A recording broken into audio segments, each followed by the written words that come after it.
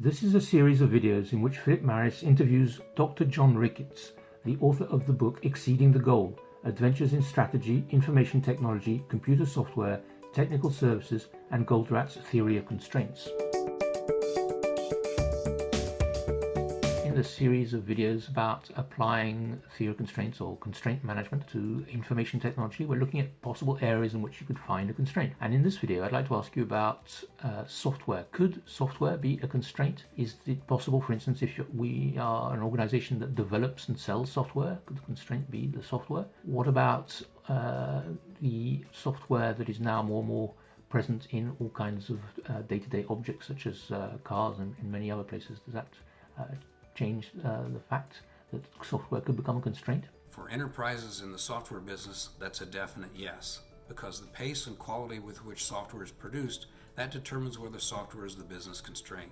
Missing a committed shipment date or a major software upgrade can be a detriment to the revenue and reputation of software vendors. But to be the constraint, it has to be what restricts ROI and growth.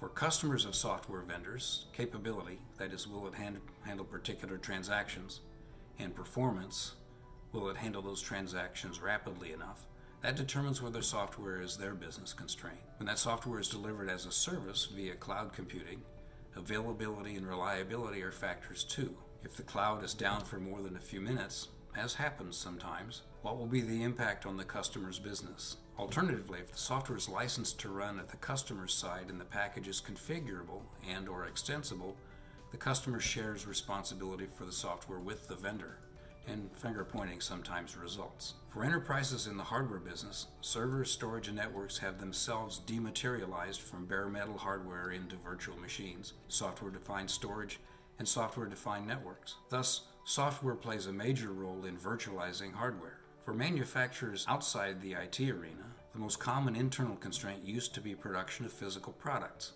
like chairs and tractors and whatnot. Today, however, the constraint may be in software embedded in modern products. For example, problems with modern engines and transmissions can sometimes be fixed with nothing more than software upgrades. Or various performance versus price points can be created by enabling or governing certain features on what would otherwise be a high-performance product. Most businesses today are dependent on software, sometimes to the extent that it's their constraint, even if they're not in the IT business per se. The right to repair movement is a reaction to this dependence on technology controlled by manufacturers and dealers. In summary, any organization can have a software constraint. That's true for software vendors and for software customers. An organization can have a combined hardware-software constraint if what they've purchased is a turnkey system.